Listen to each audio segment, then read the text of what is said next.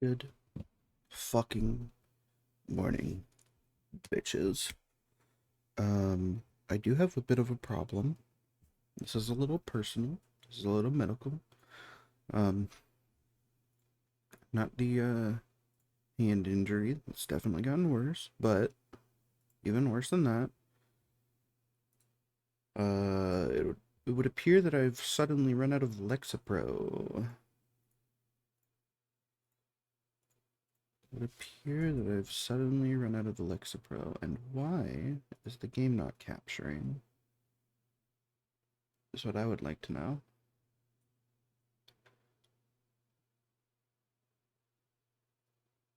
Um, I've run out of Lexapro.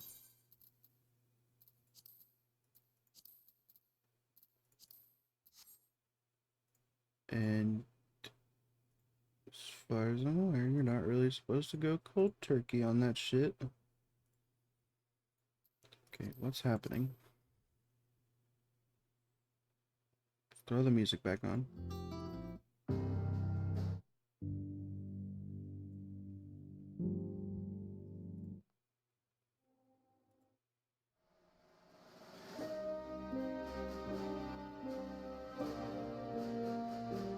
I just found out that the Final Fantasy 16 soundtrack is on Spotify. Like, I just found that out right now.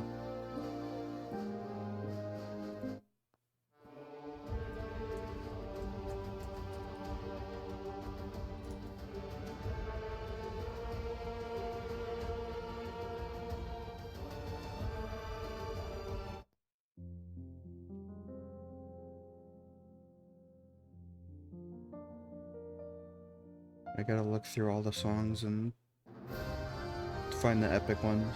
Not that one. That one pisses me off.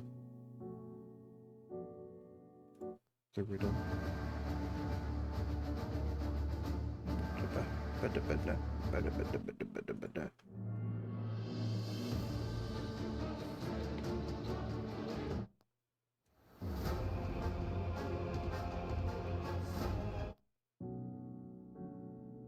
This is like the credits song.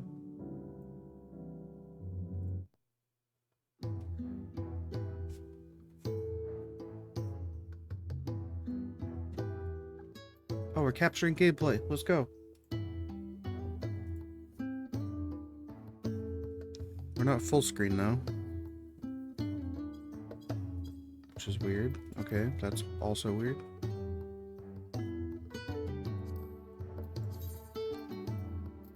Hello? Your ass is not full screen. What are you talking about?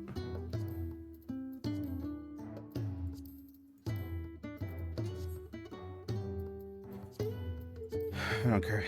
I don't fucking care. Hey! Laneru got kicked out of the fucking data center.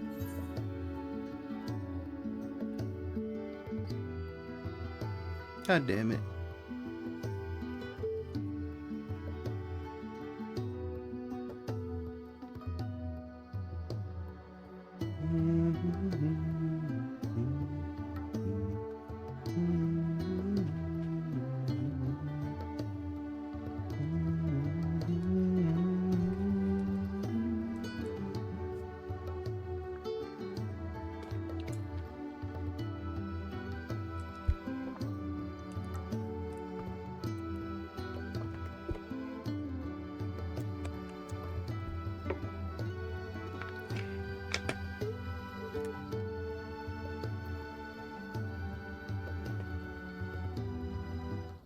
Alright.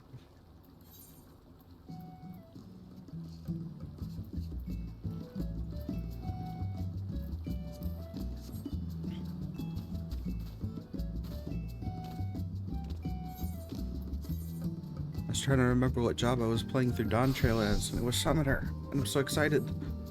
A royal invitation. We're gonna jump right into it.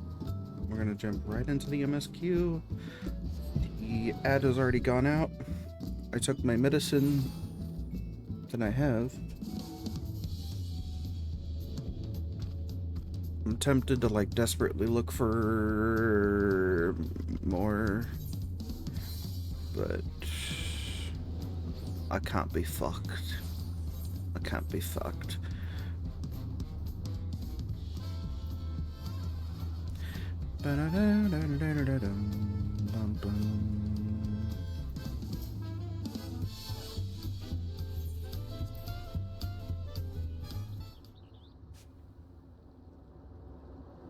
What have you brought for me today?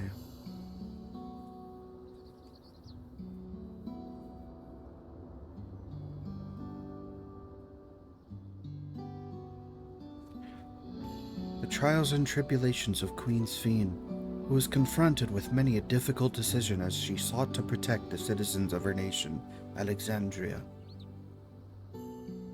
In that realm, people regard souls as merely a resource, and when they die, the aether of their memories is used to create the endless simulacra of the departed that can only be sustained with life force harvested from the living.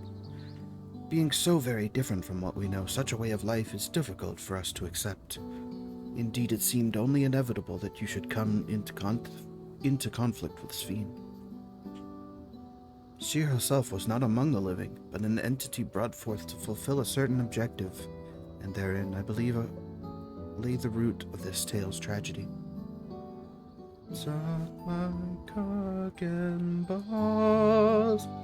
Recreated from the noblest souls though she was helpless to defy the purpose to which she had been bound, protecting the endless no matter the cost. Thus did she continue on her destructive path, though she knew it led only to a dead end.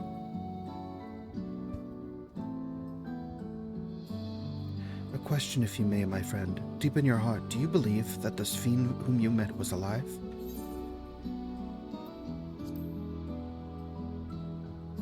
She was alive in her own way.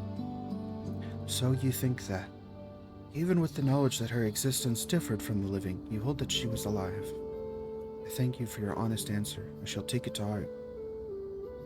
For my part, whether or not she was possessed by life, I believe that there existed an individual called Sphene, who cared deeply for her people, who heard the voices of her people, felt as they did, and thought only for their welfare.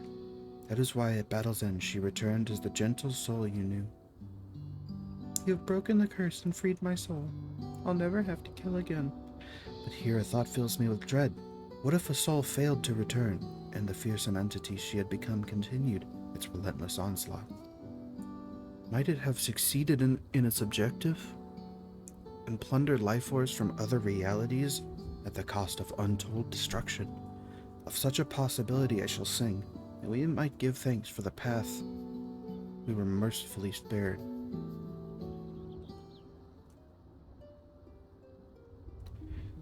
By golden light two rulers walked, their paths in conflict lying, one bound to slay, one sworn to save.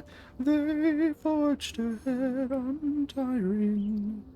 The memories of departed days endure as fate and fetters for keepers, staunch a blessed warmth, oblivion for the breakers. That was so good.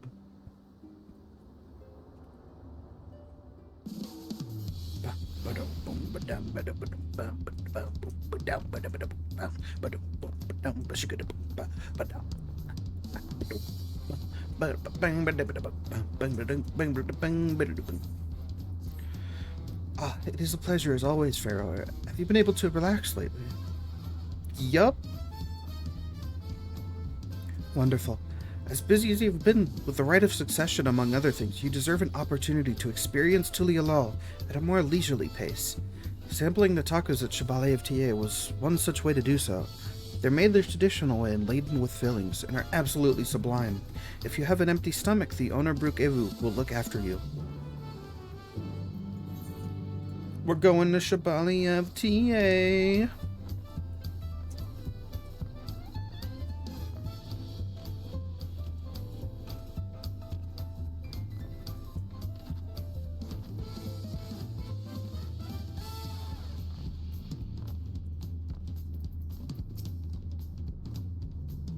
Well, if it isn't fair, alone today, are you? Oh, that's right. I see. If you have a hankering for tacos, then they're on the house. Consider it a token of gratitude for your help tracking down those creatures. Go ahead and find a table. I'll bring you your meal as soon as it's ready. I think that was the voice I gave him. Yeah, this seems unaccounted for.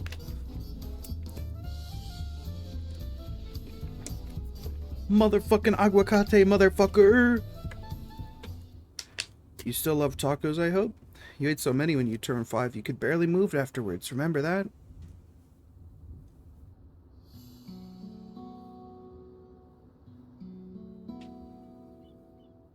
No, not really. That was 30 years ago for me. I'm 35 years old. Right, sorry. It's still strange for me too. Just the other day you were a little boy, clinging to your mother's skirt as you set off for Yasilani. And now you're a grown man with a face full of hair. Even so, I knew you were my son the instant I saw you. We're still family, and you can always rely on me. Relying. That feels like the only thing I'm doing right now.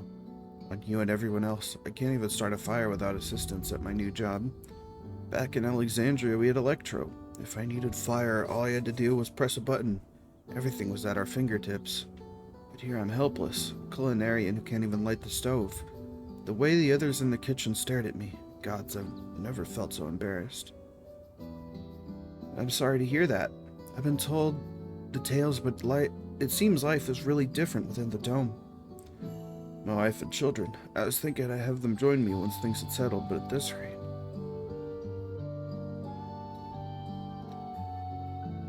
I say you send for them. If they're your family, then they're mine too. I'll do whatever's necessary to make it work.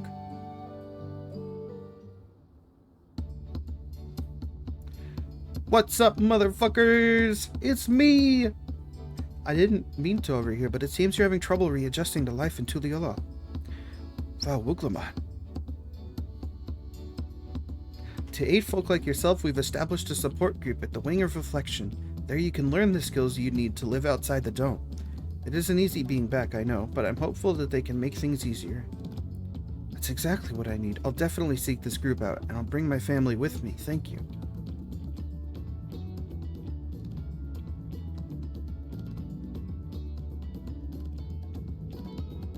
Oh, look who it is. I was just about to go and find you, Ferrer. You don't mind the company, I hope. I could use a bite to eat myself.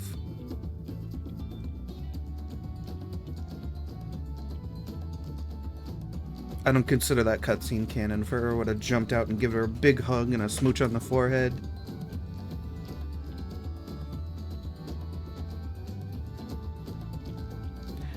The tacos here never disappoint.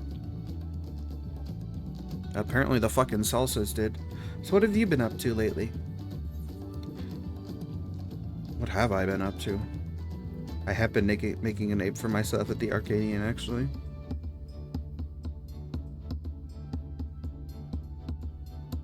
You're fighting in the arena in Alexandria? By facing off against tough opponents, I'd wager you've honed your skills even further. As for myself, I've been kept busy with duties at the palace. But whenever I find a moment, I like to walk the streets and talk to the people. That way I can better understand the problems they have and share them with Kona to figure out solutions. I was on one such walk just now, and as I mentioned, I was hoping to find you. Kona and I have something we want to discuss with you. As Dawn servants, do you have time to come to the palace? Great, I'll go on ahead. Please come and join us once you've finished here.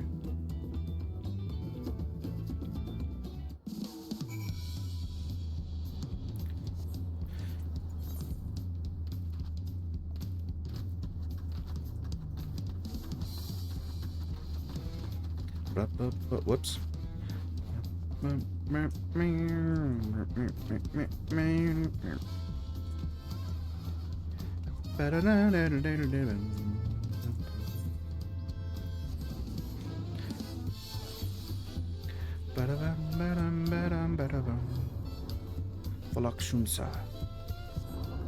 Now, show me. Loose fit attire. Attend. attend. Is it 10 new? I thought that was one that already had. Seal Rock, Red Sands, Adamant Weapon.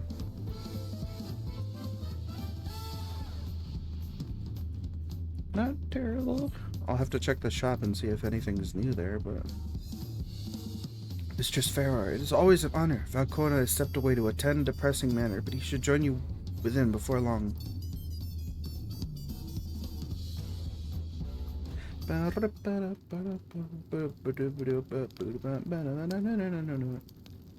Hey, I know those guys.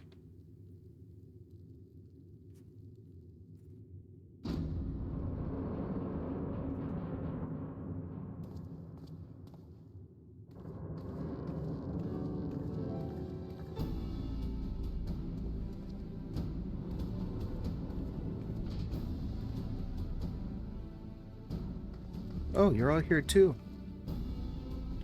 Valcona has summoned us, though, if truth be told, Alphino and I have been seeing him quite regularly of late. He asked us to share our knowledge of Hannish culture, you see, in hopes of further strengthening your alliance. We were, of course, happy to oblige him. Carl and I were likewise summoned. Otherwise, we've been carrying on with our work, compiling information on the Golden City. My grandfather embarked on his investigation, though, 20 years ago. With our report, we shall finish what he started. Smile.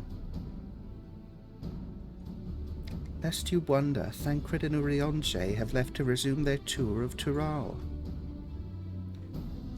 Yashtola, meanwhile, is back to researching cross-rift travel. She was here just a few days ago to get Kona's permission to investigate living memory.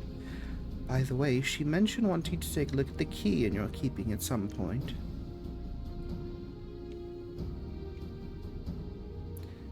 If the look she had in her eyes was any indication, I suggest you brace yourself for when she comes calling. You're like to be stuck with her for a while.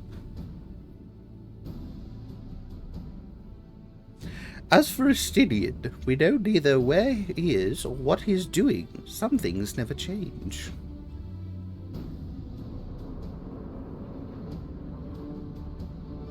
Is it the boy?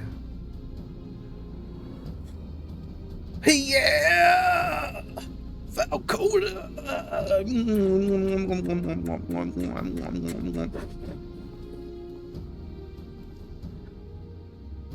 My apologies for the delay.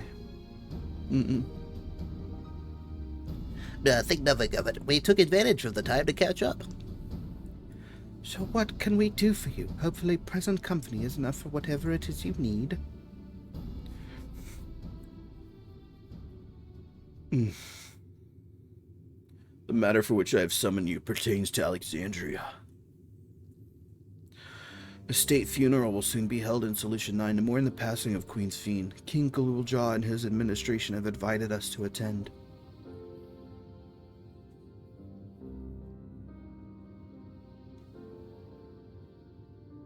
While certain issues remain unresolved between our nations, such as the treatment of Yasselani, I see no reason not to attend.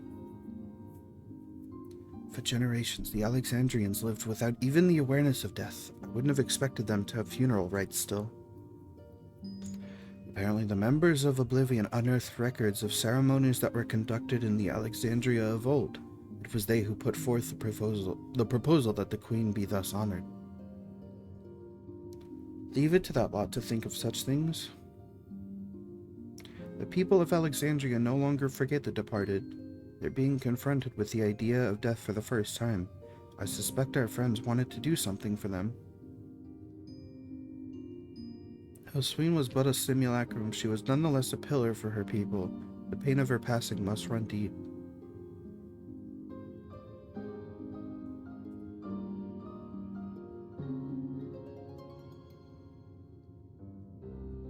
Indeed, a funeral will give Alexandrians the chance to come together to express their grief, that they might overcome it. I wasn't sure at first, but I've decided to go, not only to be there for Gululja, but to put this chapter behind us.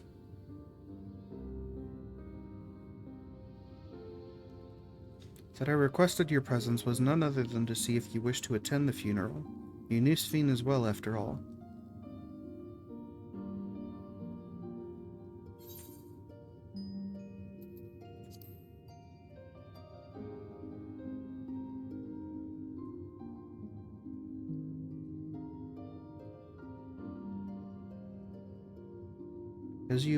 Because you consider yourself responsible for her demise. I take it, but that's not a burden you bear alone. Here's my idea. As Val, I'll attend the funeral as a representative of Tulia Law. Meanwhile, you can go in a personal capacity and watch over the people as they mourn.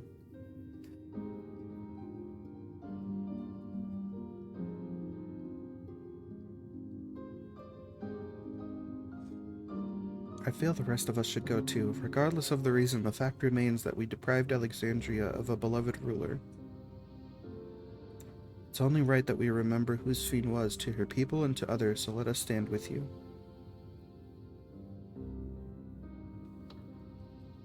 And it's decided. Let's head to Solution 9 and look for Galulja in the back rooms.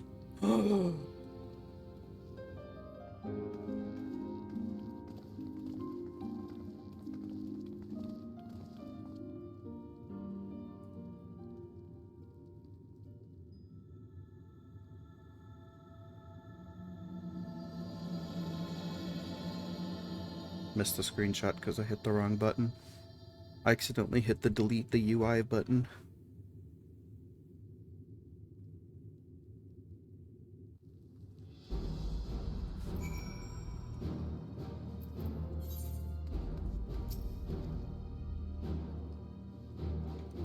It's best that Lama T represents us. Besides, I need to be on hand to oversee the city's repairs, which is taking longer than expected. When that work is complete, we will finally look into installing new thrones.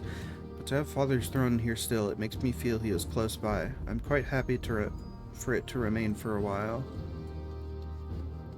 You guys can sit on each of the armrests.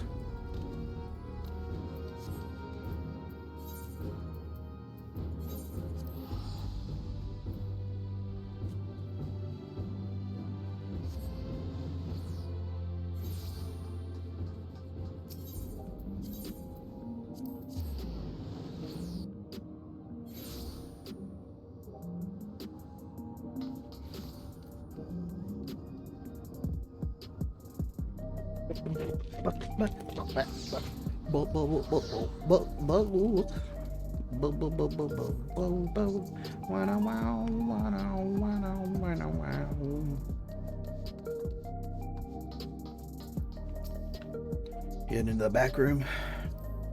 Yeah. Yeah, you fucking are.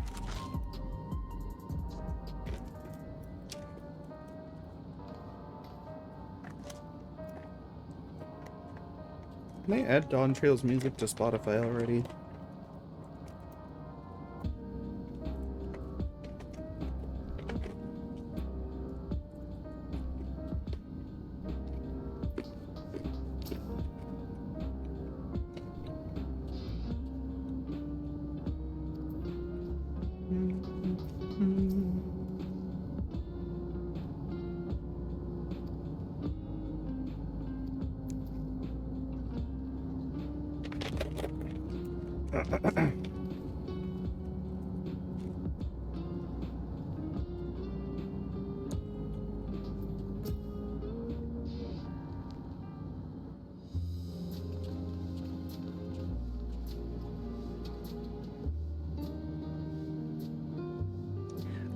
You came for the funeral. Of course. I'm the only one who will officially take part, though. The others will watch over the proceedings.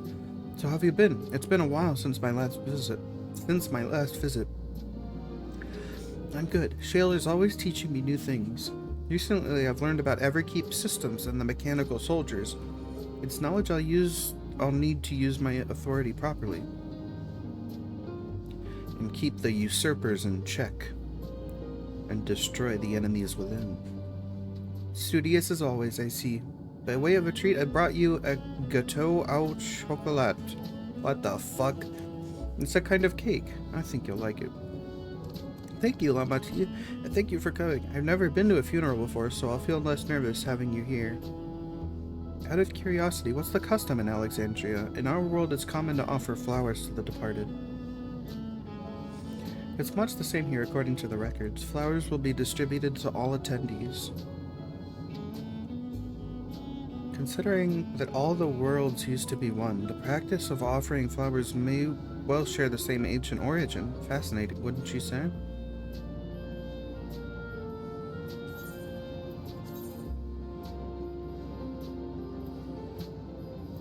What the fuck?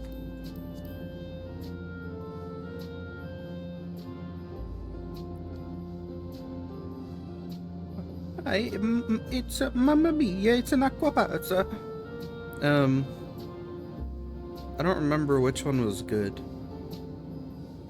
Probably the catfish pie, but I have food.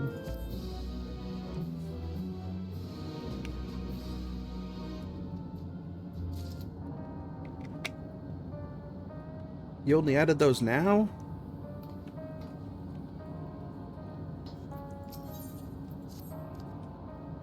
Flowers are being handed out at Praxis Park. I'm thinking of heading over there now. We'll join you. There's a man I would like to speak with, Gosan. He was apparently Sven's aide and the one who sent us the invitation. Come on, let's go.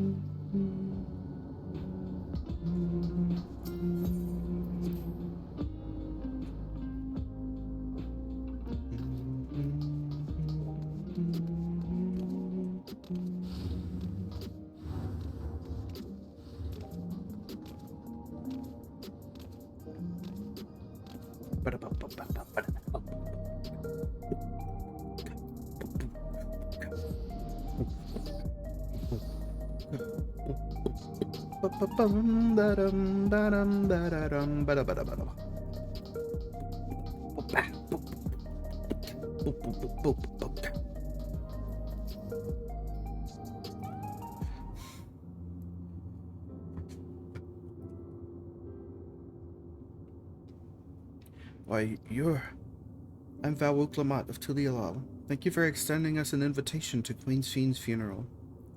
We are honored, truly. I had seen you before from a distance, but never had the pleasure. I am Gosan, former chief aide to the Queen. Since her passing, I have been responsible for administering affairs of state. Can we get our flowers here? Yes, Your Majesty. The flowers are being handed out at the counter yonder, alongside the regulators. What? We need to wear regulators for the funeral?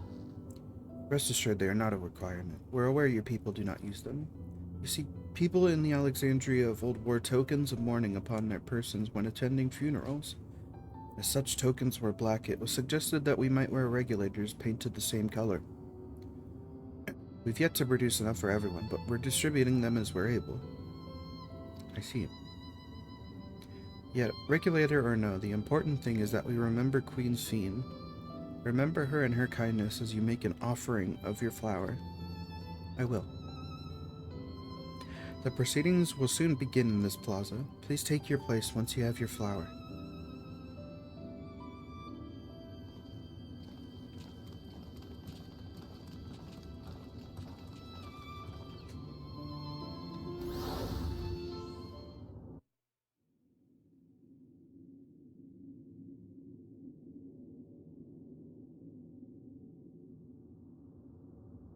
What a pretty picture.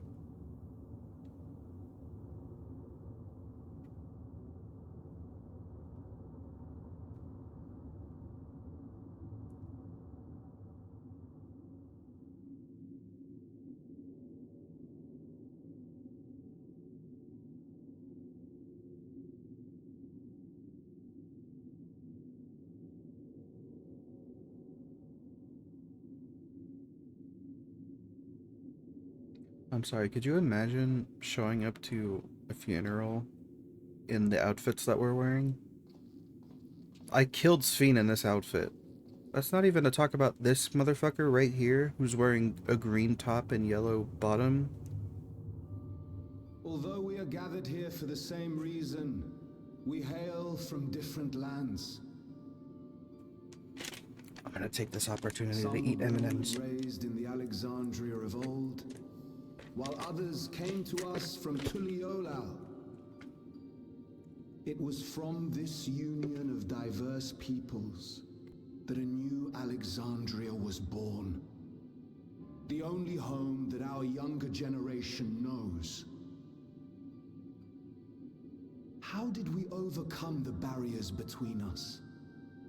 What moved us to join hands in common purpose beneath crackling skies? You know the answer. We survived. We thrived because Queen Sphene brought us together.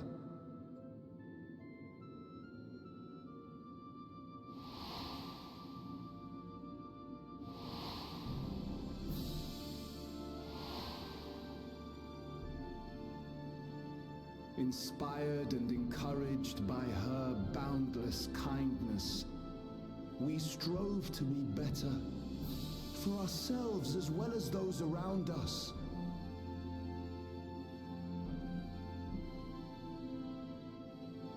And in Her Majesty's absence,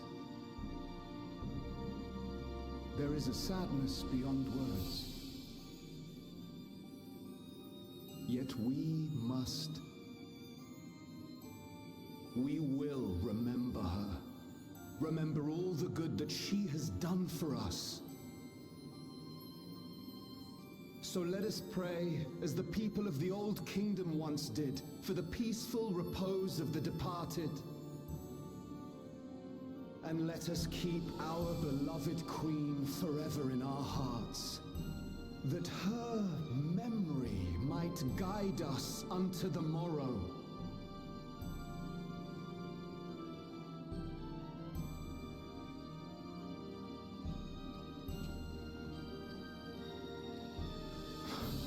Would that I could find solace in my own words.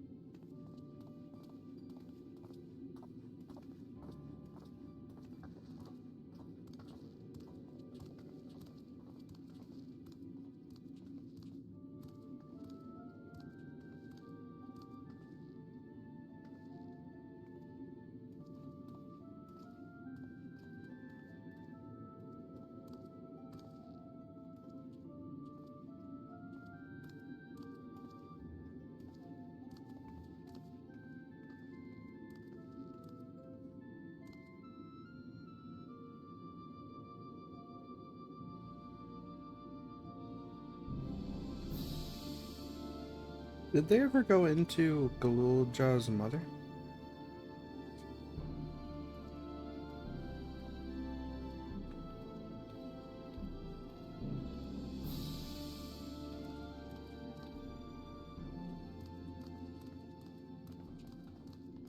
Was Queen Sphene taken to the cloud? Nope, she's She dead. must have been. To still remember her is strange, isn't it, darling? I miss her. She would always cheer me up when I was down. But even though I remember her, I'll never see her again. That doesn't make sense.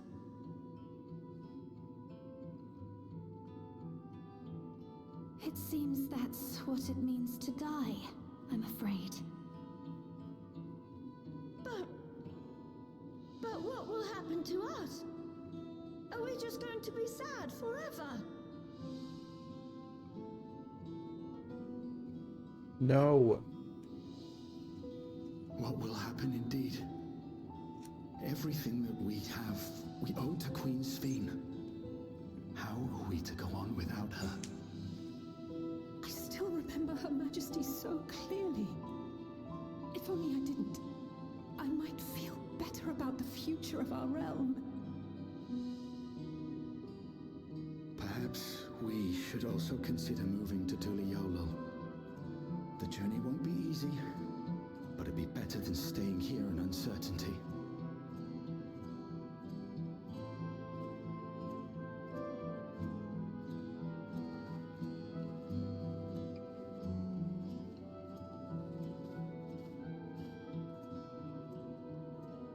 In times like these, I take comfort in the beliefs of a Turali people called the Yokui. How to talk to short people? To them, death isn't the end. So long as we're remembered, we never truly die. It could be the same for Queen Sphene, you know? If you keep her alive in your hearts, she'll always be with you.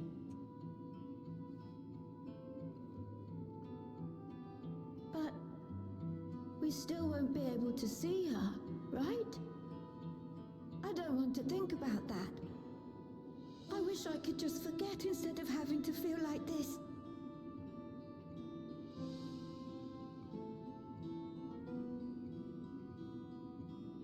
I'm sorry. I didn't mean to impose. Please, mourn your queen however you see fit.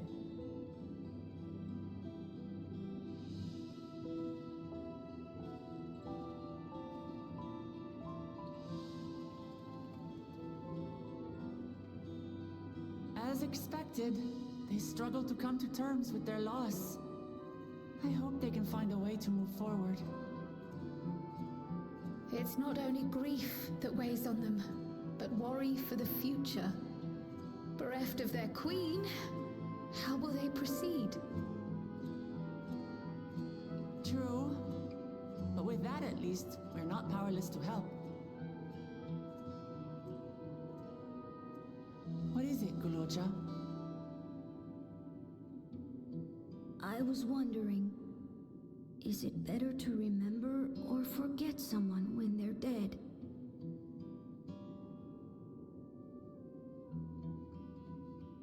I remember my father, and every time I think of him, it hurts. It's the same with Queen Sphene. Knowing that she's gone makes me feel sad. But it's different with my mother. I never knew her, so I don't feel as bad.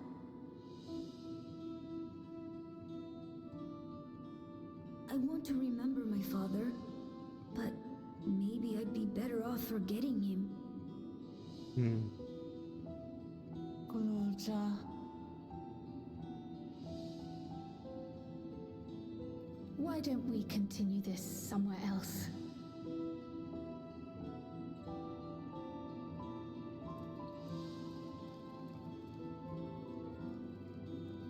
Interesting, interesting.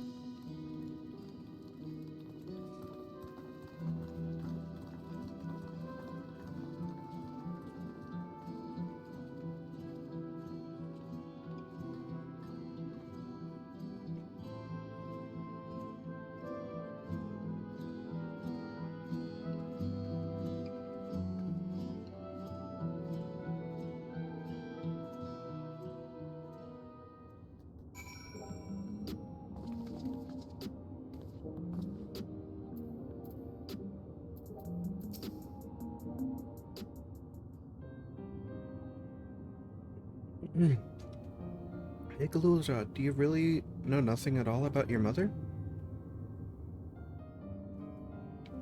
Shale searched the system for information on residents. The only Mamulja she found listed were my father and me. Even if she died and it was erased from people's memories, she should have been there, but she wasn't. Well, that you're here means she was here too, inside the dome. There can't be any other way about it.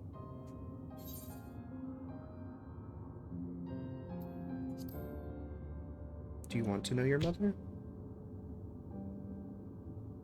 I think so. Even if it makes me feel sad, I want to know her. So I want to try looking again. If I don't find anything this time, I'll give up. I see. Well, if that's what you want.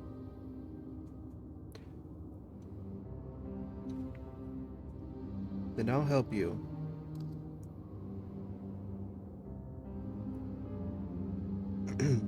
I'd like to help as well, and I believe I speak for the others too. I can't bother you with this. You already came for the funeral. We came here not only for the funeral, but to see whether all was well in Alexandria. We're not about to leave just yet. Besides, in seeking to learn about your mother, we're bound to learn about your father as well. By retracing the steps of this man who kept his own counsel, we may gain knowledge that can serve the people of Alexandria.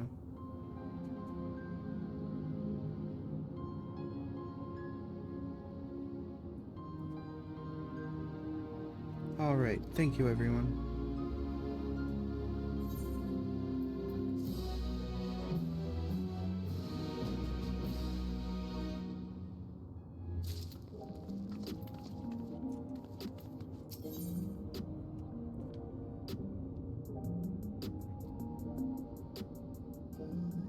Fortunately, it's going to be hard to find information on Galulja's mother because she had been completely unpersoned. Their bodies exhumed, their death certificates burned and erased. Assuming neither memories nor records of Galulja's mother remain, we must cast as wide a net as possible. I suggest we split into groups. Farrar, if you could make inquiries outside in the outskirts, the rest of us will do the same in Solution 9.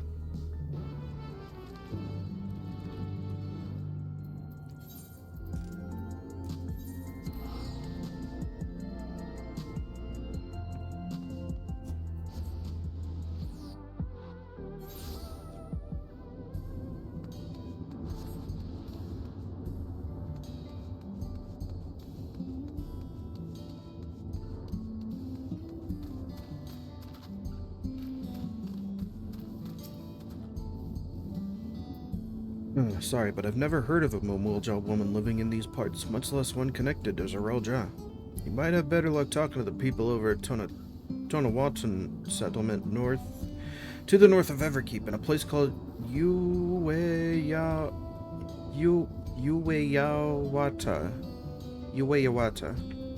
The resilient son won their loyalty when he saved them from some crisis or another, or the story goes.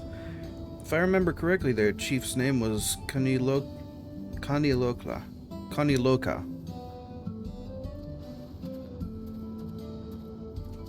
Oh, God. I'm having trouble reading again.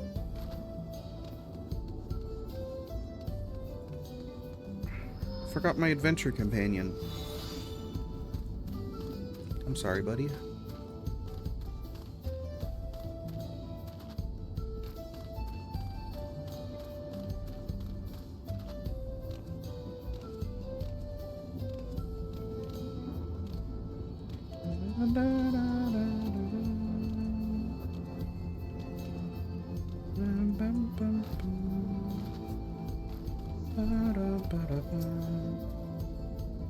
You're looking for a Momulja woman? Oh, Galulja's mother. I can't help you there, I'm afraid. I only know a little about Zarelja, and only what my father told me. He said that before the dome cut us off from the outside world, a Tyrell Vidral had appeared and was terrorizing the region. In response, Zarelja assembled a party of warriors, and with them confronted and felled the beast. It was interesting to hear of the king's feat in the past.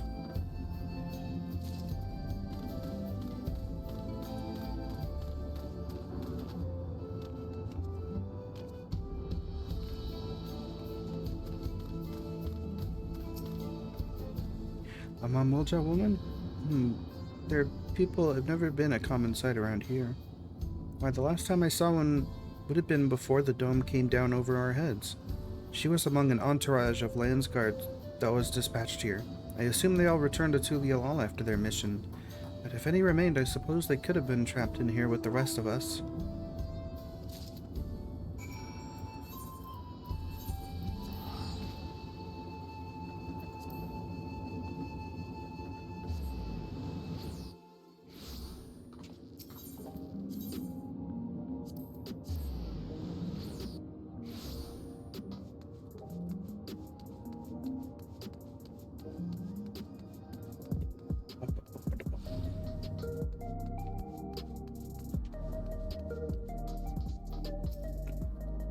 And in the back room.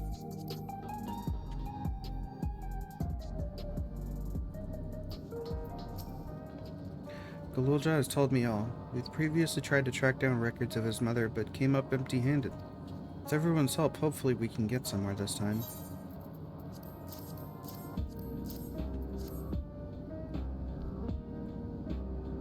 I see you spoke with quite a few different people as well. Let's combine all our findings and see what conclusions we can draw.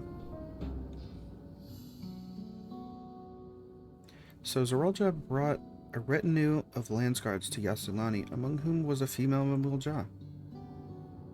His mission was to rid the region of a Turel Vijal, and I believe it's safe to say that that was the crisis in which Yue Yawata he resolved. If some of his troops stuck around for a time, perhaps to assist the villagers with recovery efforts, then they could have indeed gotten trapped in the dome. We also heard stories about the settlement in Yue Yawata. People lived there until nearly a decade ago, and Zaralja made regular visits.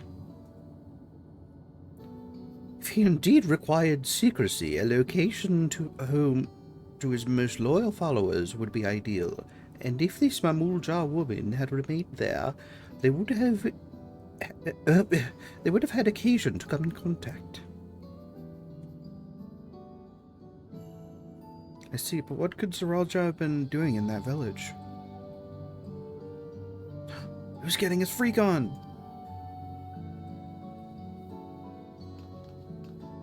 In order to retrace Zaralja's steps, Raha and I spoke with a researcher who worked at Orogenics. He said that approximately 20 years ago, a number of his colleagues were transferred to a research facility outside Everkeep, per the king's direct order. This is the first I've heard of such a facility. Only Vanguard was believed to have been under the king's jurisdiction. It was apparently being used to develop a new kind of weapon, but I'm afraid that was all we could learn. There's plenty to go on. Even if the work there was classified, any materials and equipment needed would have been manufactured within Everkeep. So if we look into transportation records...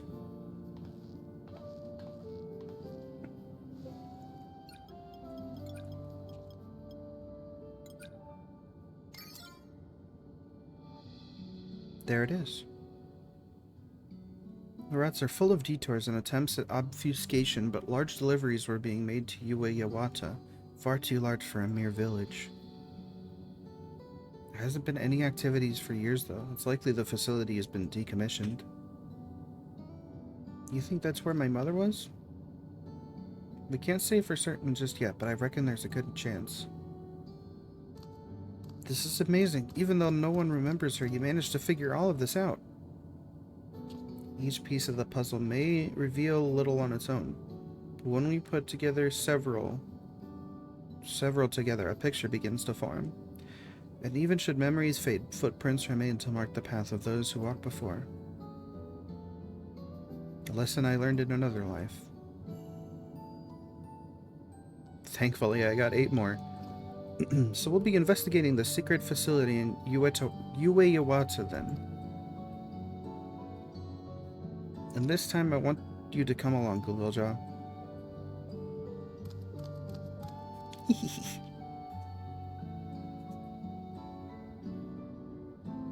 Yue Yawata is on the other side of the lake. To get there, you'll need to take a hover cargo from the drift sounds. Alright, thank you, Shale.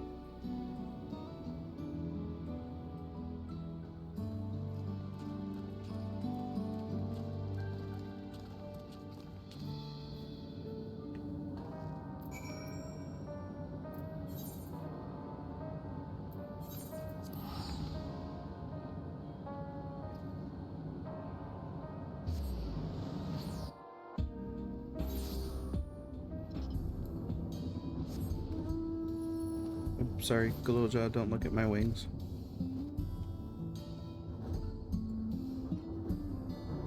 I may have ripped these off of your dead father.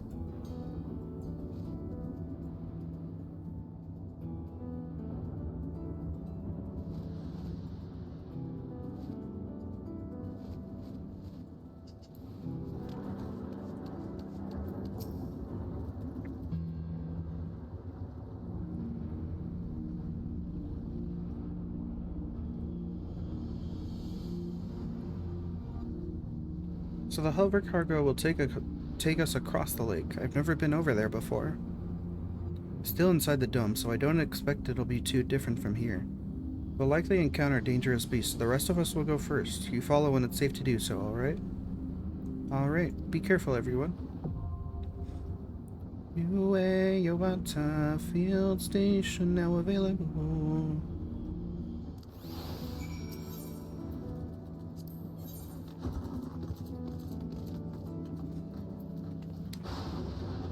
I want you two to be there definitely, so I have to choose between Graha and Alphino, and I'm going to choose Graha. Ever ready.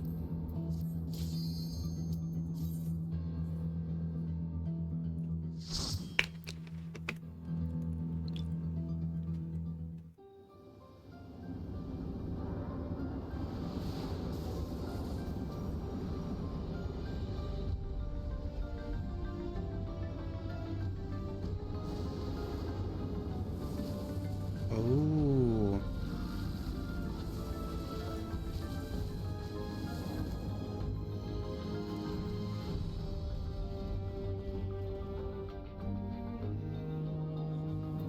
Yeah, I feel like go up just a smidge.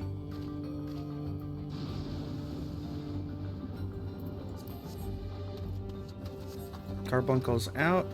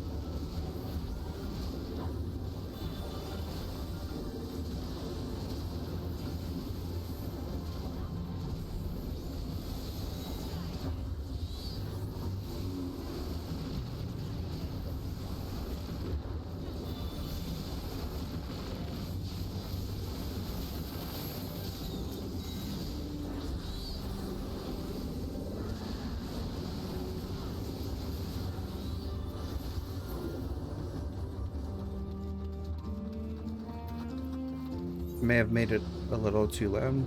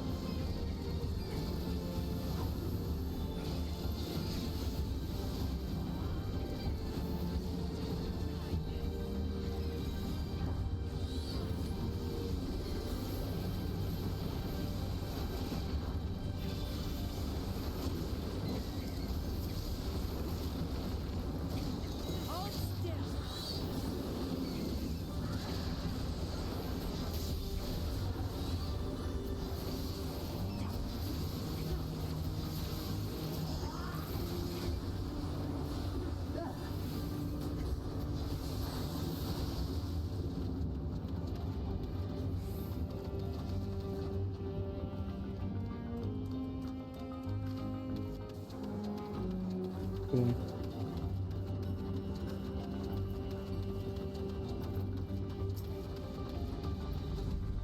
I saw this guy in the cutscene. Love that fucker.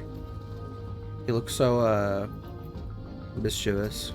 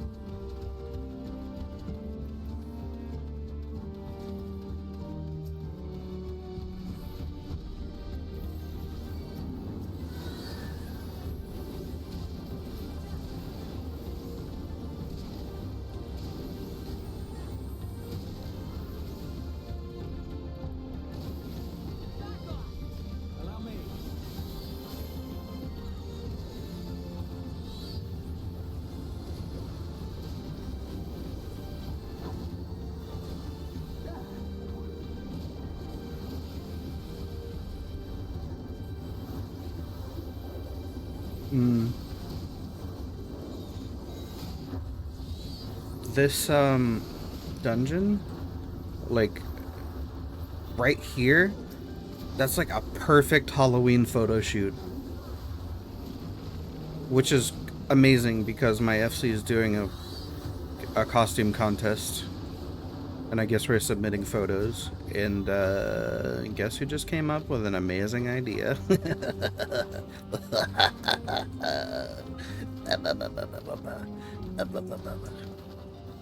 Was me.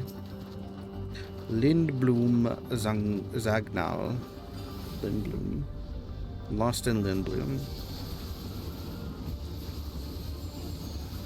Episode 3 of Bionic Aegis playthrough of Final Fantasy IX.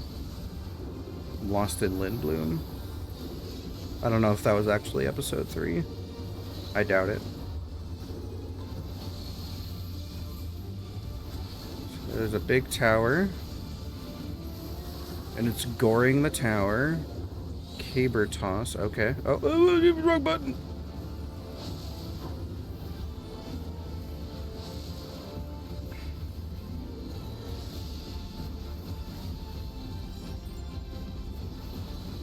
Is that good or bad? That's bad.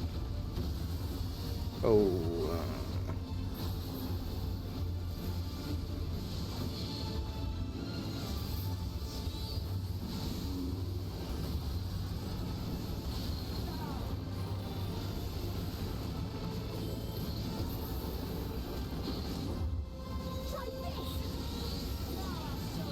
Oh. That's gore of my warrior of light. Oh god.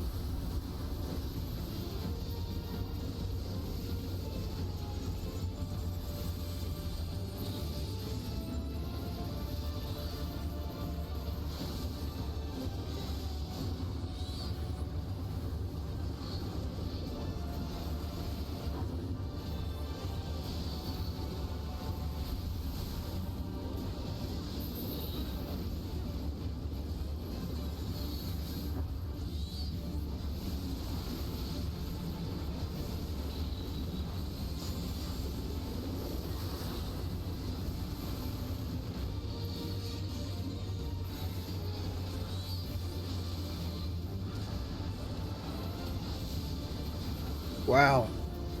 I perfectly slide casted that somehow.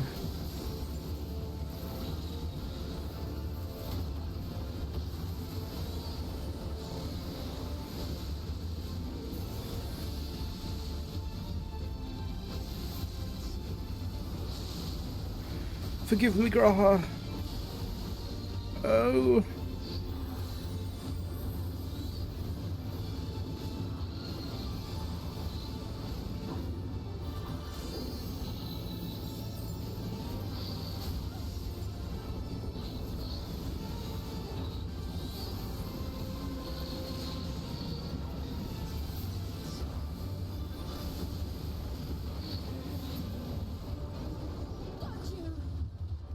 Let's freaking go. Oh yeah, there's a new dungeon set.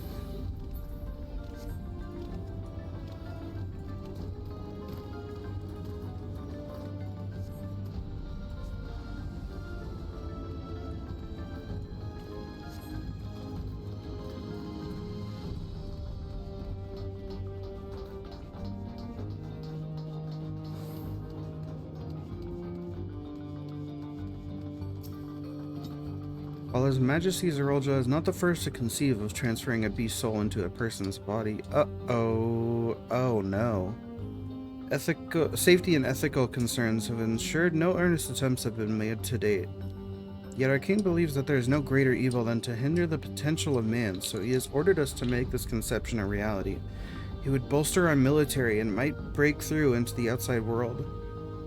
If our research will further this ambition, then perhaps it is worth pursuing.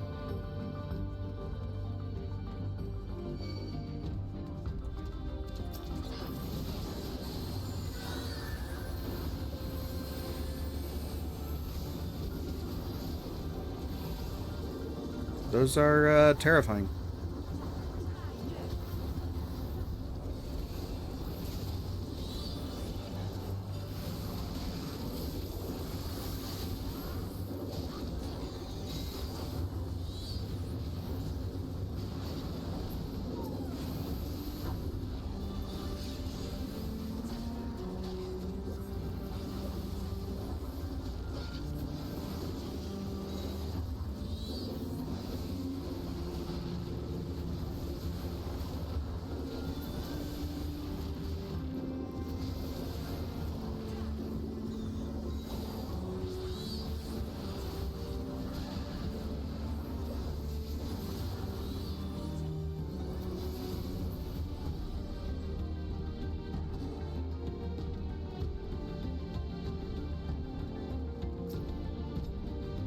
Our bodies are fragile vessels. Although the infusion of another person's soul confers strength and vitality, the soul of a beast yields mixed results.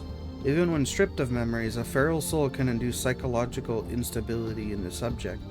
I suspect this is because primal instincts remain, and while a certain amount of bestial ferocity is expected, and I dare say welcomed, too many such souls can lead to physical mutations. Too many such souls can lead to physical mutations. For now, our objective shall be to determine... Sorry, ad's coming up, gonna sneeze it. Our objective shall be to determine the threshold beyond which a body is at risk of uncontrolled mutation. So this is, all that Arcadian shit.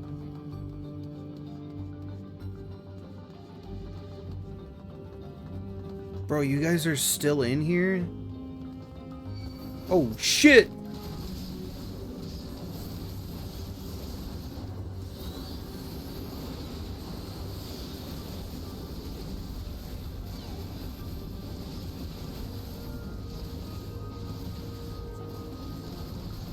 Holy shit, dude.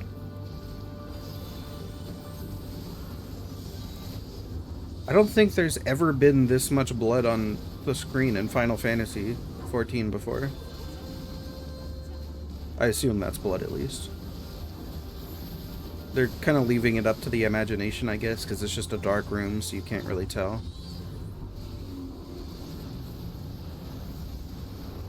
Maybe that's how you stay past the age rating. I don't know. I'm just making shit up. He's just fucking standing there.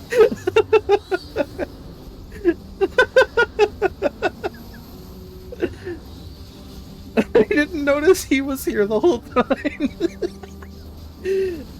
Oh, you poor kid. Jesus Christ, dude. What a fucking horrible time.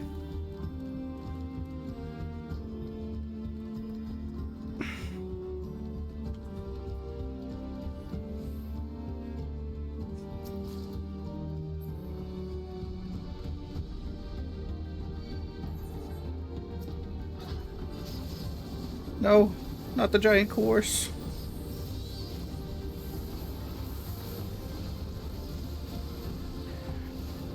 Eating porridge with George and Harrison Ford under the floorboards. Keeping the chorus in storage. Napkins, napkins.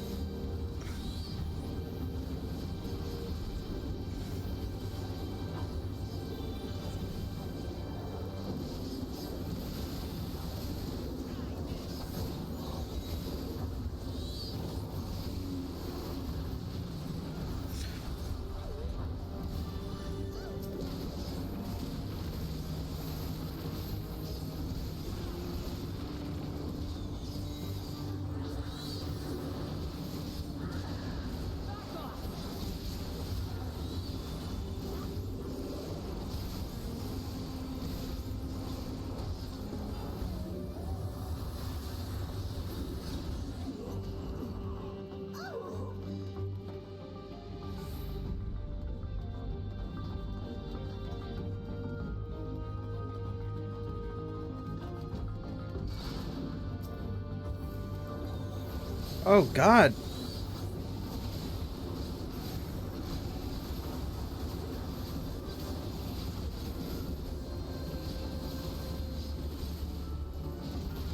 Hang on. You guys take the crawlers. I gotta go pack a punch.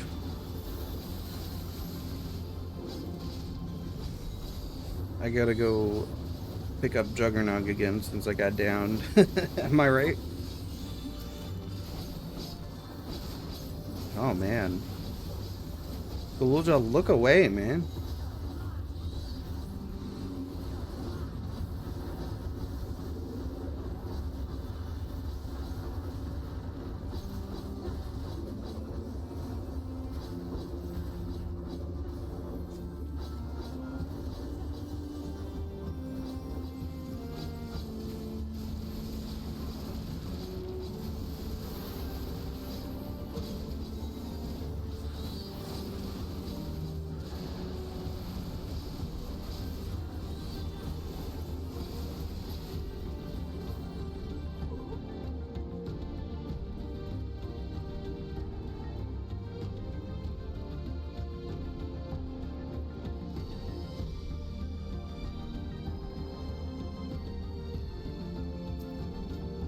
The source of our failures thus far has been the inability of our bodies to contain feral souls. What if we were to reverse the process by purging a beast of its memories and infusing it with a man's soul, one still possessed of its own memories? We stand to gain absolute control over a vessel of great power. My subordinate, who first proposed this brilliant hypothesis, shall have the honor of being the first to transcend our meager limits. I must prepare his soul for extraction at once. Oh. I wonder who this is.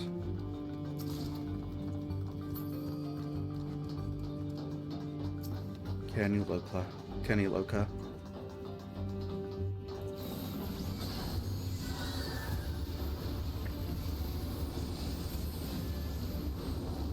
Dark Souls? Oh shit, dude.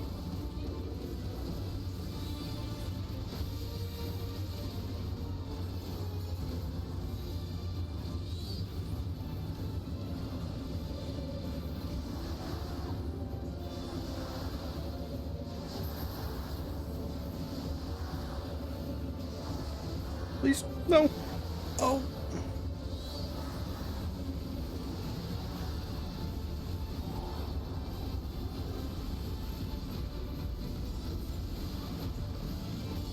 Oh, God.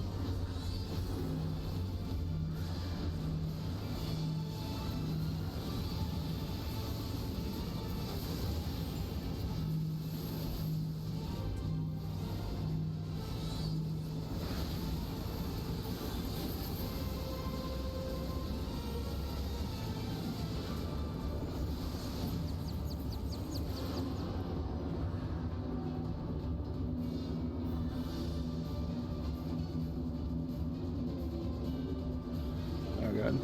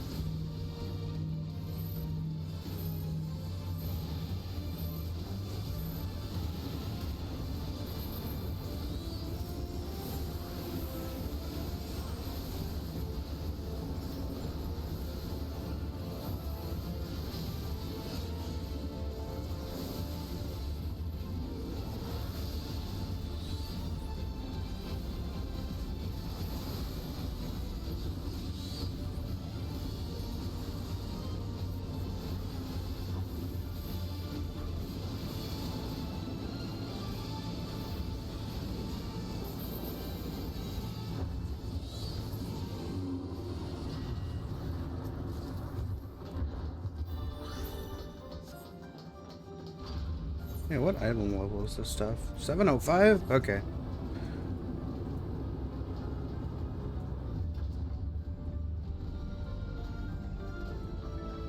Is that a storm?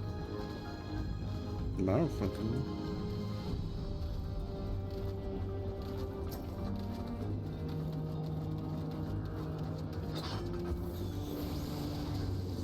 Sprightly stone. Is that a like a corrupt Spriggan or something?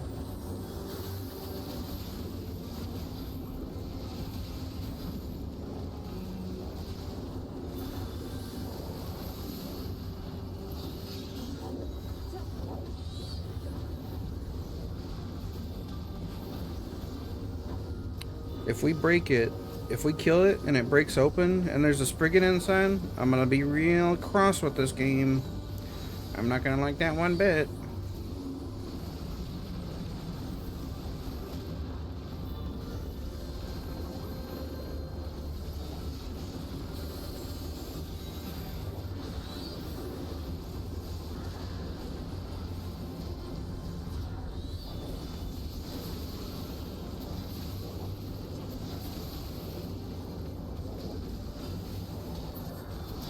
Nope, just a stone. Just a stone.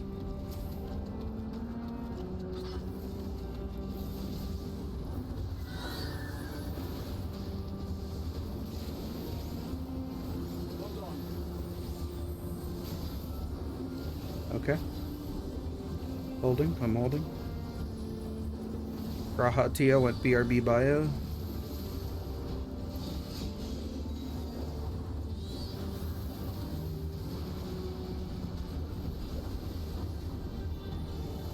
Rahatia's in the chat, like, can anyone repair?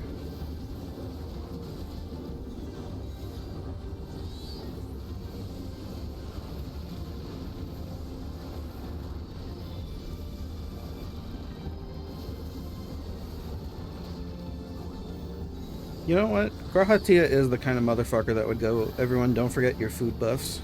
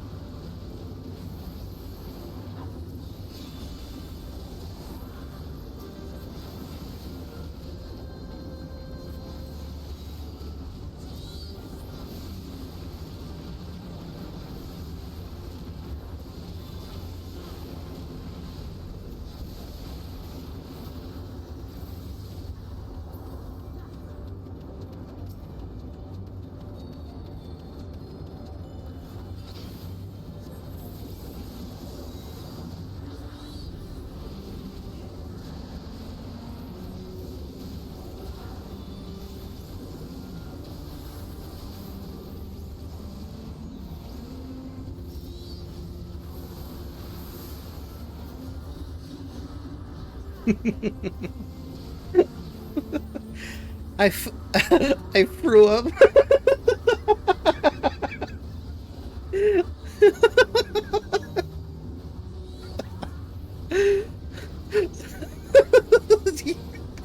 Do you have any games on your phone?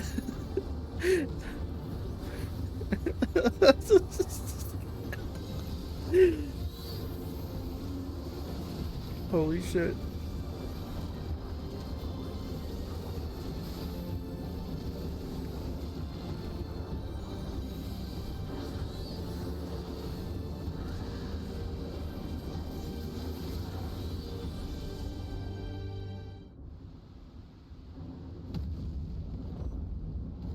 What awful fate awaits us.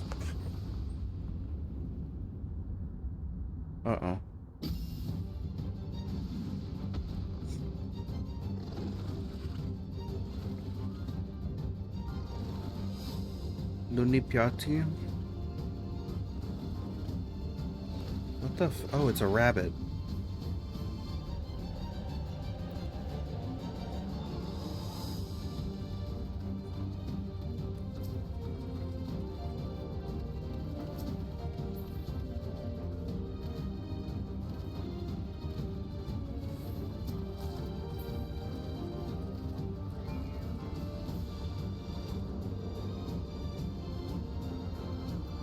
Okay, there's a 30-second ad starting right now. I'm just gonna run it, and then I'll wait.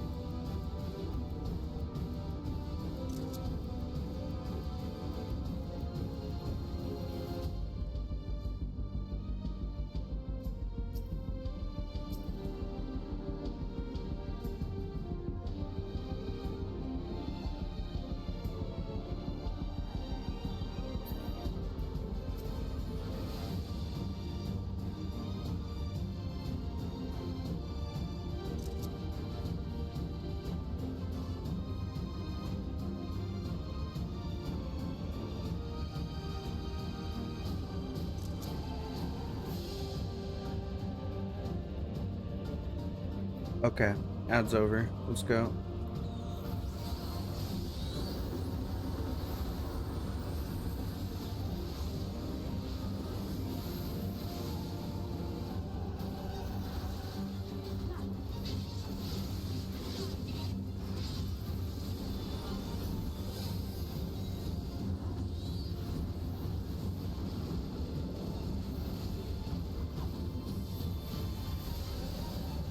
Pepperine loaf.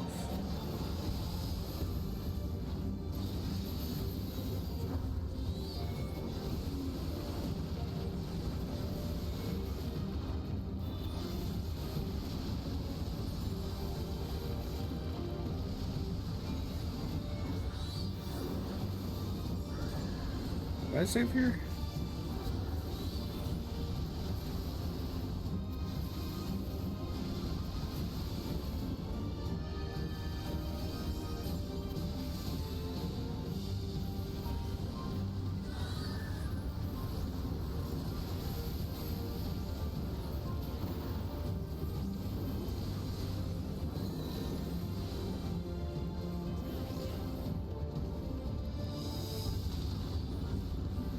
Oh, it continually does damage. No.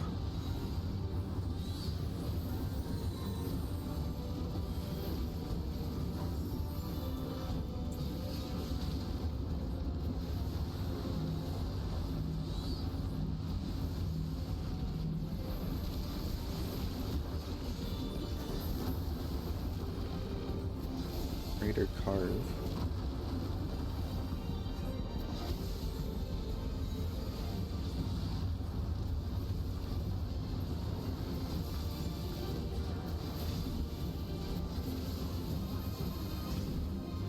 Oh, you fucker.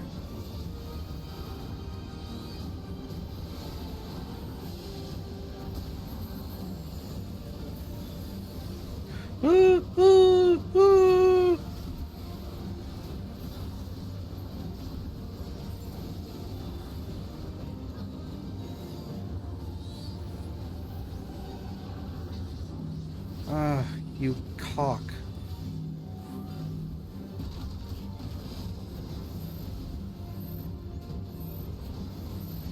I don't know if I survived that. Okay.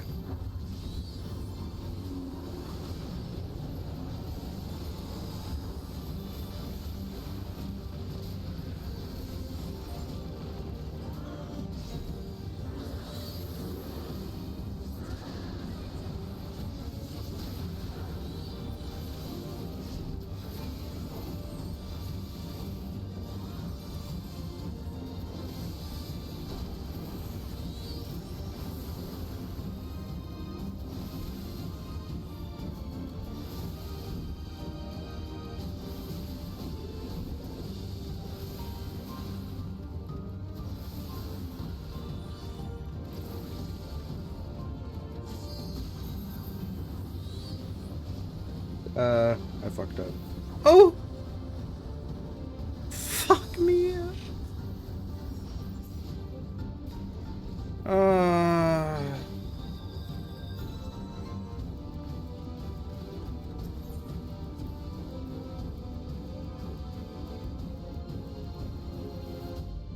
My brain turned off.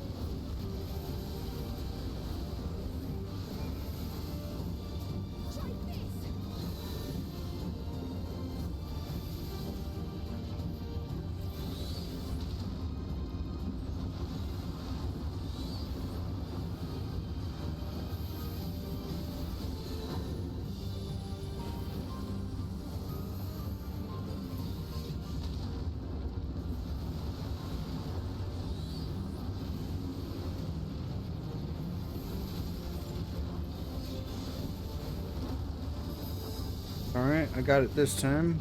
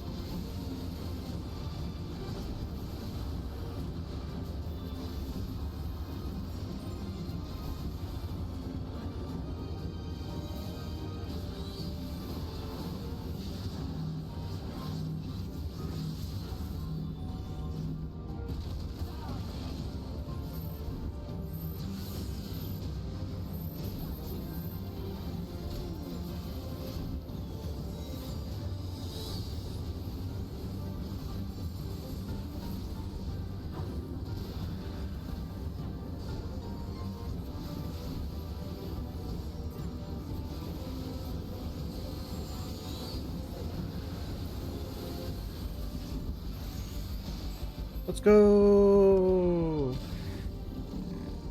Let's freaking go.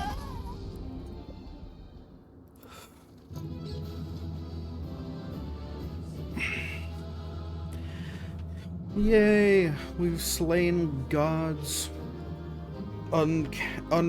Gods in numbers untold. An infinitesimal amount of gods we have slain.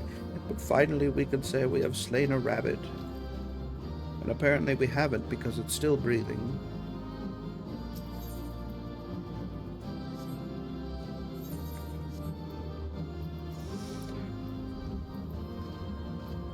I got 2 pieces of healing.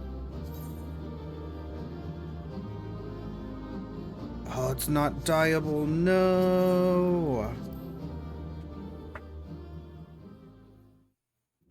No.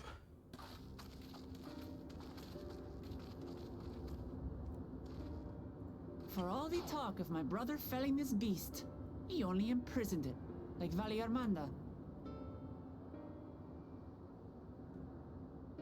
From what I could tell, they sought to transfer people's souls and memories into bestial vessels at that facility. The Tural Vidral explains the need for a remote location. It was doubtless their prime subject. Though I expect Zoralja did not foresee the opportunities it presented when he imprisoned the creature.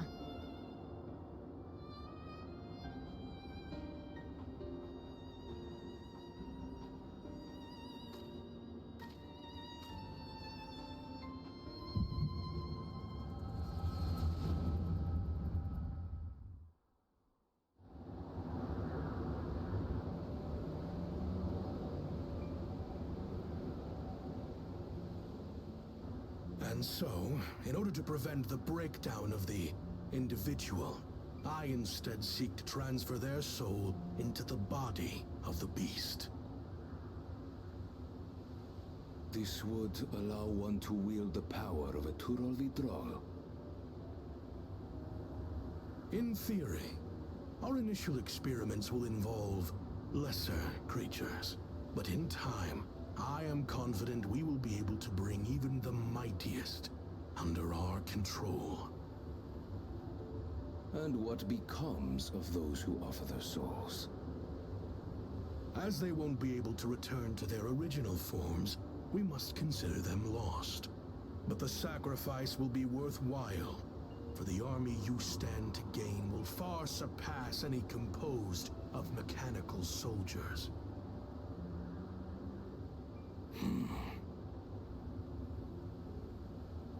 Very well.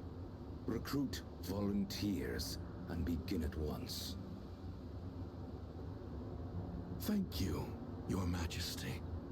I shall return to the observatory and see to the necessary preparations.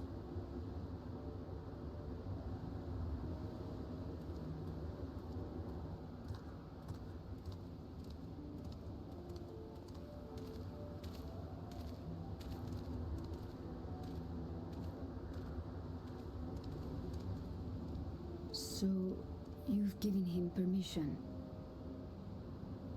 Teshalja, you will assist Kaniloka. As one of the Landsguard's finest chirurgeons, your knowledge may be of use in his experiments. You will also watch him closely. In what you learn, you will report to me.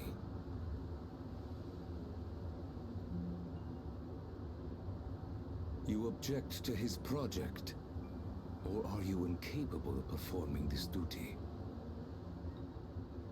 No, Your Majesty. Whether we shelter within the dome or expand beyond it, we require great power. But with no one to rely upon, we must take that power for ourselves, even if the means are questionable. I will do as you command. But if Kaniloka's work bears fruit, I wish to beg a boon.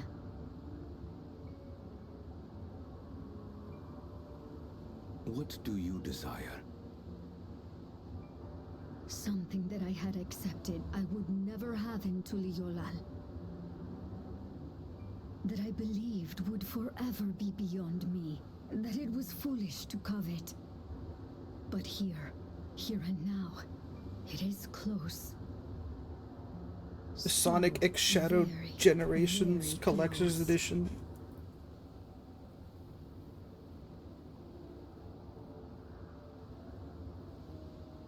Perform your duty to my satisfaction, and anything you desire is yours.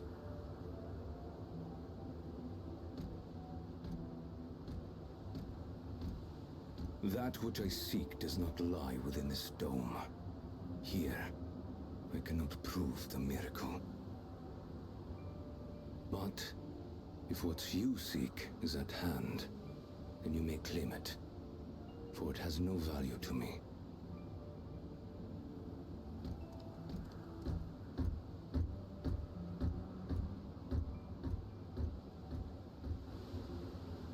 A child?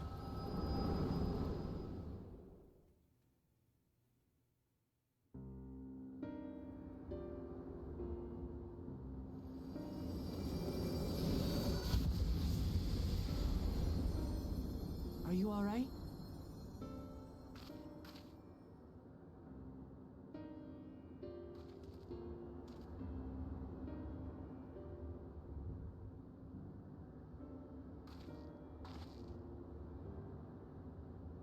Tayshelja. Could she be my mother? Like the people in the outskirts said, few Mamulja lived in Yasulani. I can't imagine many other Ubiko women were trapped in the dome. That being the case, she could well be the one. This observatory Kanaloka returned to, could it not be part of the research facility? We might learn something about Tayshelja there. That's where we're going next then.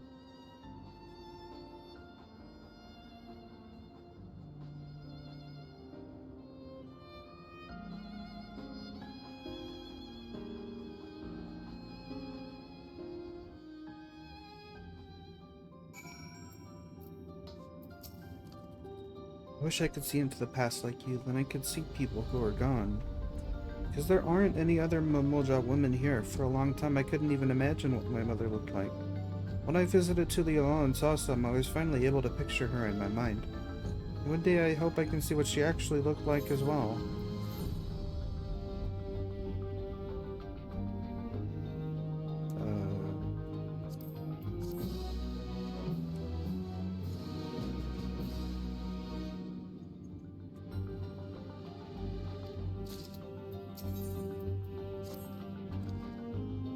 Well, we've discerned the purpose of the research conducted here. The traces of it that remain might afford us greater insight into what came of it. Let us take a look around for information as well as a way to the upper level.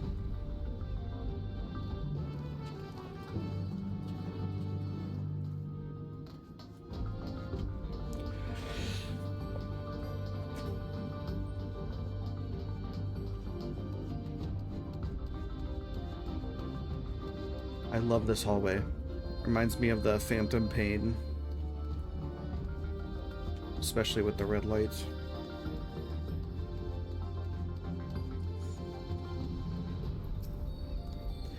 What happened to the people here? Did they all leave, or did we already meet them?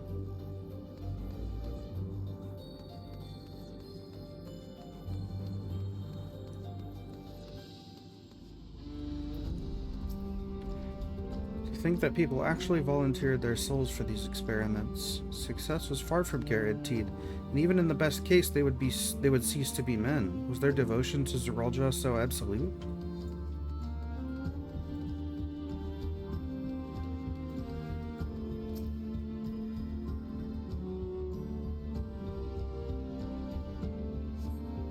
A lift can be seen behind the wrought iron gate. Sturdy as it appears, the gate will likely resist attempts to force open.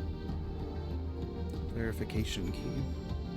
Won't open. I don't think it'll yield to our shoulders either. We'll have to do it the old-fashioned way and find the key.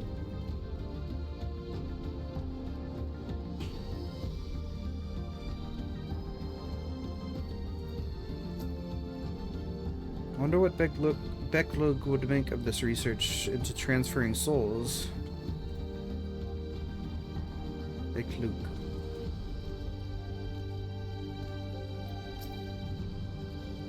Researchers likely moved between the upper and lower levels. Perhaps we can find a key among their belongings. It makes me angry to think about what they did here.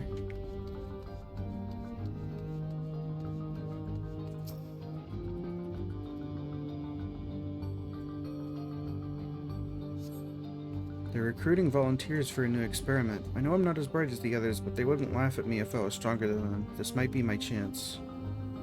Soul transferred a few days ago.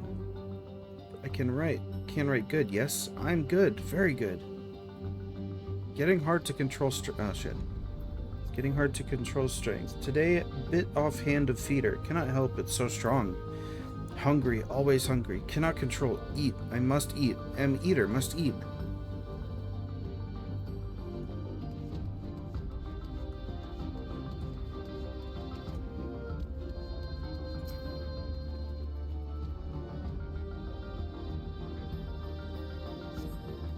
Supplies for the staff are neatly arranged within the cabinet. Among the various items is a manual outlining regulations and tranquilizing gas to be used in emergencies.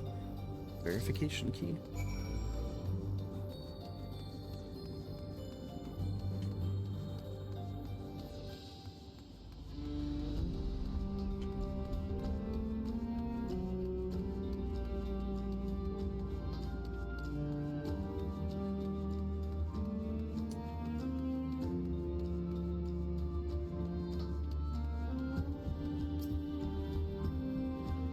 Found the key? Great, I'll call the others.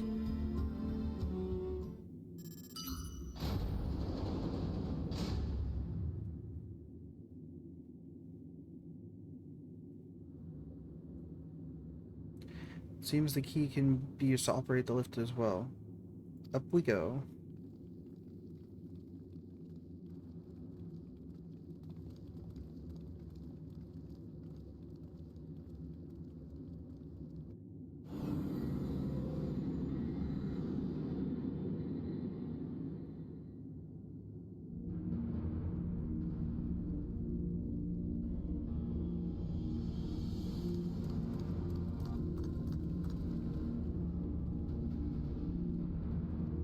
So this is the observatory. I didn't expect it to be similar, but this is a far cry from the temple that held Valigarmando. All the machinery appears to still be in operation. I expect there are auxiliary systems in place to ensure that monitoring can continue even in emergencies. The warnings indicate various anomalies related to the seal's failure, most likely. For a blessing, we managed to fell the beast before it could cause harm. Right then, let's see if we can find some clues about Gululja's mother.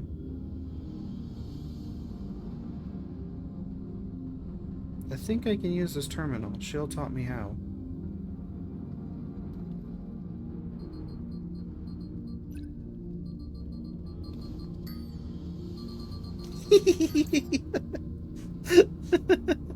There's no such data.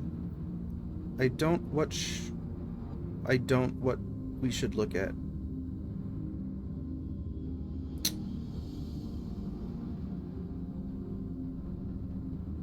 Goofed up, Square, and I caught you red-handed. I don't what we should look at. You know what? I'll just consider that in character. Perhaps we can narrow down the search by inputting the name to Shilja.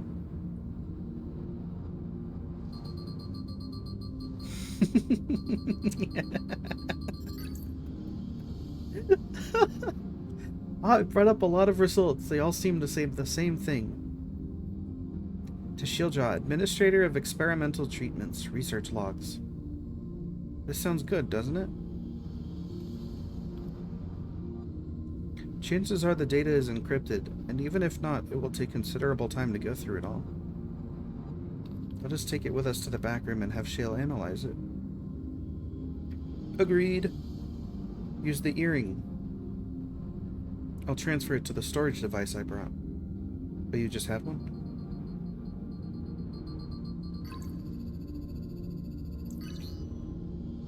Yeah, I always carry a fucking Seagate external hard drive.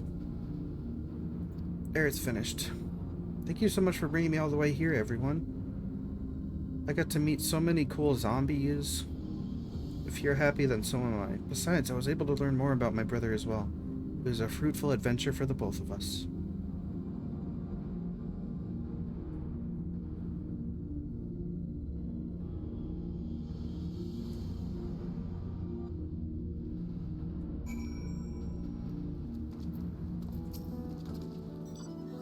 And here we are. The authorities will doubtless wish to be informed about the facility and its contents. But first things first, let us deliver the data to Shale.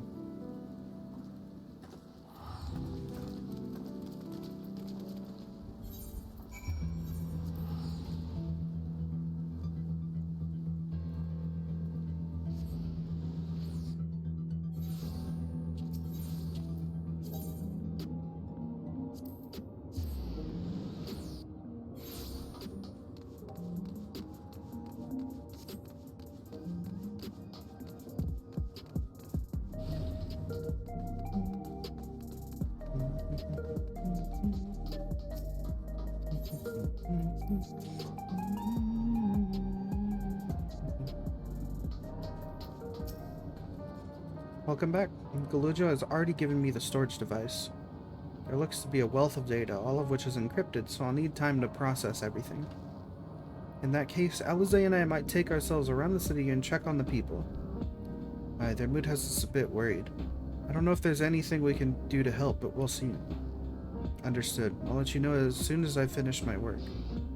Thank you. We'll see you again.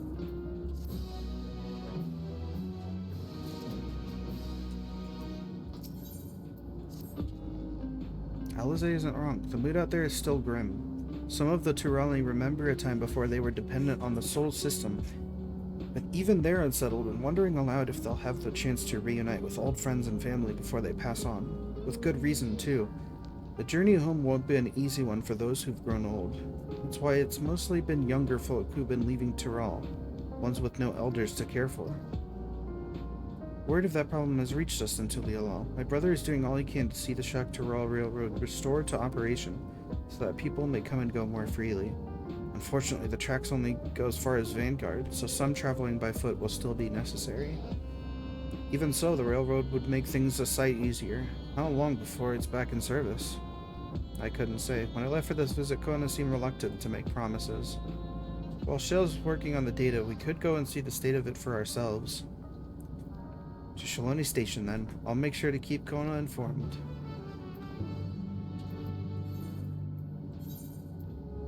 It's probably fucking done. If they want to pull some silly time shenanigans.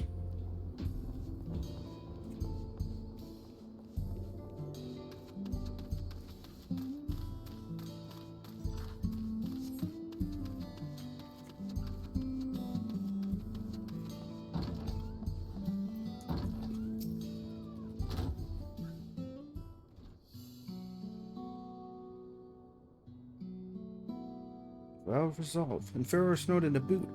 What can I do you for?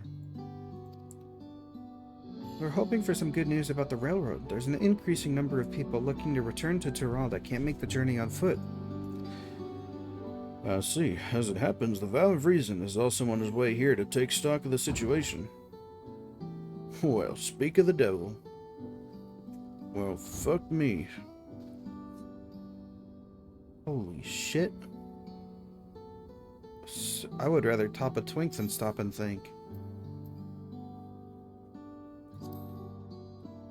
Looking good, Aaronville.